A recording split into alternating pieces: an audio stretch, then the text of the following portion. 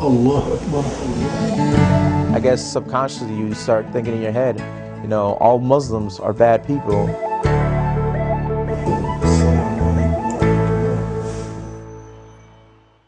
You started feeling the effects of this since you joined the military. Yeah, I'd say within the first week, there was definitely a sense of me being different. And how's that? You know, just upon the first week, we were at reception in my basic training unit. We were lining up after lunch, and the drill sergeants were naming off the services. And the last one that they had to offer, that was on their list that the drill sergeant was reading off, and he said it in a very sarcastic and humorous voice, and he was like, "Does anybody need to go to Islamic service?" So immediately, there was that belittling of the faith. And I raised my hand. And he was stunned. He was stunned. You know, he had to see who this guy was. He brought me out to the front. You know, this is a group of about 400 new recruits, 400 new guys. He brings me to the front. He's like, "So you're going to Islamic service?" "Yes, sir." "Yes, drill sergeant." All right. He wasn't expecting it. He didn't know how to respond. I think he felt a little uncomfortable because of how he brought it up, and immediately like, "Oh, okay. Well, we need to find somebody to go with you, because you always have to have somebody go with you in basic training." And there was no other Muslims in that group. And eventually somebody raised their hand, who I'm still good friends with to this day, that decided to come with me. But that was the first week of not even knowing anything about the military. My first couple days there was this sense of being out of place in the way they looked upon me, you know. These guys in that unit who were there.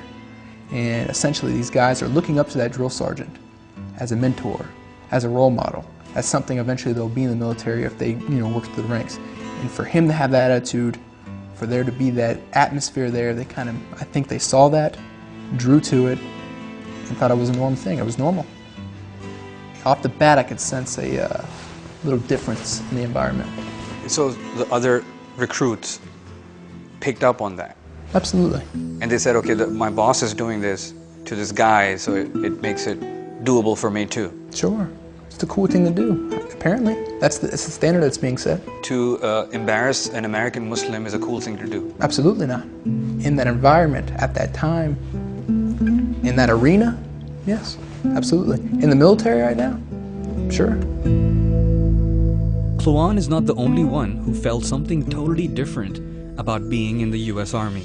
Others have felt the undertones as well, at least those who are willing to speak, like Chad and Arnold. From your statement, it sounds like as if America is fighting Muslims, whereas I thought that America and the world are fighting terrorists who happen to be Muslims, and just a tiny little bunch of them. I don't know, I guess I wouldn't really say Muslims, like it's not brought out there like Muslims, but it's like, I guess the majority of them, I guess that's almost how it's portrayed to me, I guess you could say. US Army Specialist Arnold Mendez.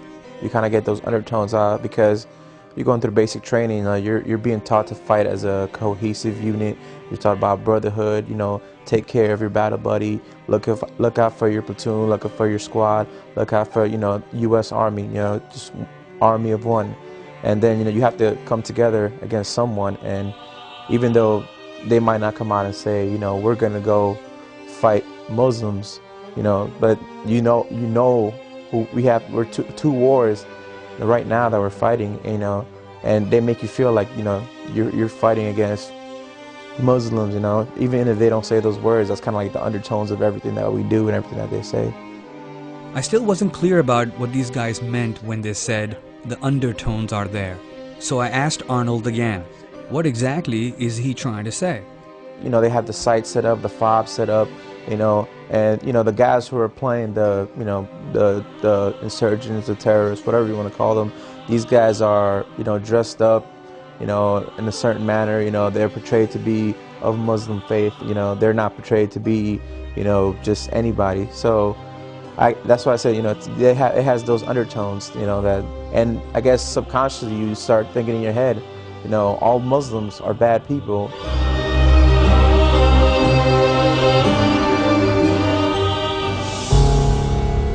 And these are the guys who who will be deployed to Afghanistan or Iraq, predominantly Muslim countries, and they have no idea how to differentiate between a terrorist and a regular Muslim guy or a woman. Absolutely. I think to me, that's terrifying. And it's almost hard for me to fathom, to think that, you know, and not to say that all soldiers are feeling like that. Not all soldiers see it that way. But as most soldiers, I believe, have that perception of Islam and radicalism. They're one in their eyes. So I put the same questions to Kluan's commander at Fort Hood, Captain Christopher Arata.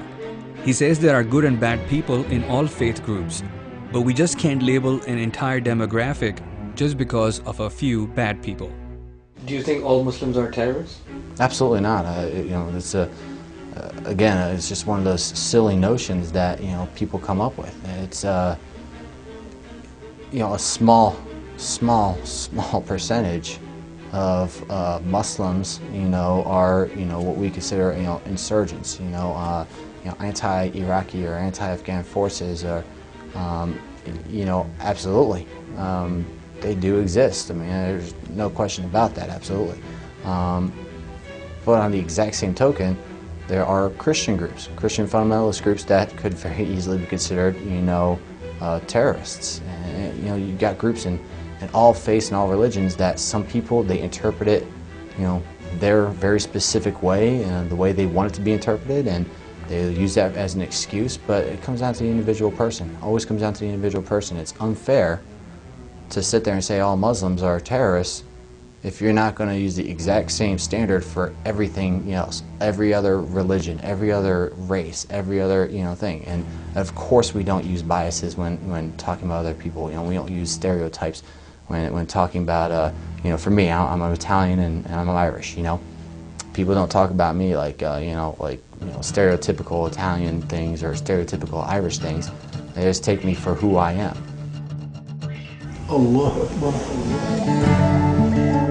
God and Allah, they're the same person. You know, they just have a different name.